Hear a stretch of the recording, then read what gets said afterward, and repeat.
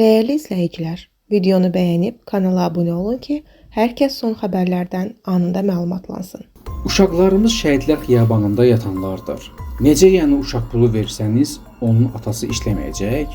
Xanım deputatın verdiyi müsahibəni oxudum və çox heyfsləndim. Xalqın dərdinə xalqın içindən çıxan və xalqın seçdiyi insan qalar. Necə yəni uşaq pulunu müzakirə edən ancaq jurnalistlərdir? Müavinətlər verilir filan falan beş məkan. Müavinət kömək deməkdir.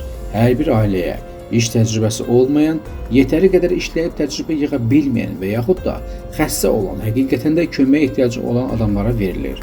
Bunu xalq artisti Afaq Bəşirqızı Milli Məclisin deputatı Günay Ağamalının uşaq pulu ilə bağlı mübahisəli fikirlərinə cavab olaraq bildirib. O daha sonra əlavə edib: Uşaqlar bizim canımızdır, varımızdır, dövlətimizdir.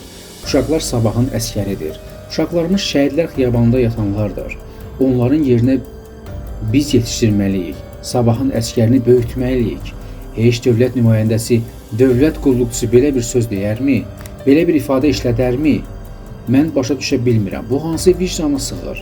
Bəli, uşaq pulu verilməlidir və veriləcək də. Sadəcə az səbir etmək lazımdır ki, müəyyən işlər toparlansın və həllini tapsın. Xanım bu bir dövlət qulluqçusu kimi nə dövləti, nə dövlətçiliyi, nə də sizi namizəd kimi qəbul edib deputat edən adamları heç vaxt qane etməz. Yadınızda saxlayın, bu xalqdır. Xalqın ən çox istədiyi, ən çox ehtiyacı olan və ən çox danışdığı mövzuya belə laqeyd, belə qulaqardı yanaşmaq olmaz.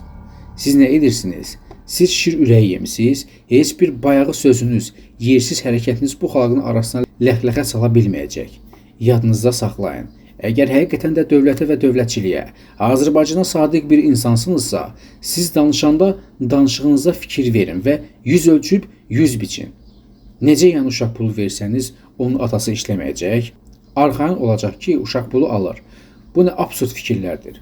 Mən elə bildim ki, lətif oxuyuram. Həqiqətən də müsahibəni oxuyanda belə zənn etdim ki, murt vuran bir adamdır. Kiminləsə zarafat edir. Siz həm bizim kişilərin, həm də analarınızın hissiyatına toxunursunuz.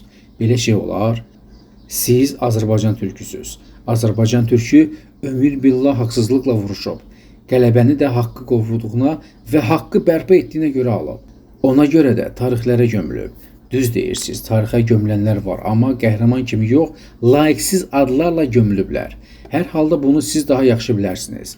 Mən bir vətəndaş kimi dövlətini sevən, xalqına qiymət verən və xalqının qarşısında baş əyən, dövlətçiliyini qoruyan, xalq artisti kimi deyirəm ki, ümumiyyətlə bu müsahibə olmayıb və mən bəzi bayağı insanların yerinə xalqımdan, analardan, qadınlardan, qardaşlarımızdan dönə-dönə üzr istəyirdim.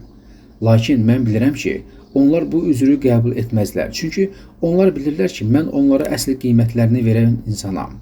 Mən Azərbaycan türküyəm. Vətənini, torpağını sevən insanam. Hamımıza da bunu tövsiyə edirəm. Uşaq pulu verilməlidir. Cənab Prezidentin bunu edəcəyinə adım kimi əminəm. Bu tezliklə olacaq. Bizim körpələrimiz böyüyəcək və çoxalacaq. Bizim xalqımızın sayı milyon deyil, trilyonlara çatacaq. Mən buna inanıram. Yaşasın xalqım deyirəm. Qeyd edək ki, deputat Günay Ağamalı günə doğru verilişində uşaq pulu ilə bağlı mübahisəli məsələlər danışıb. Onun bu müsahibəsi sosial şəbəkələrdə etirazı və insanların kəskin rəylərinə səbəb olub.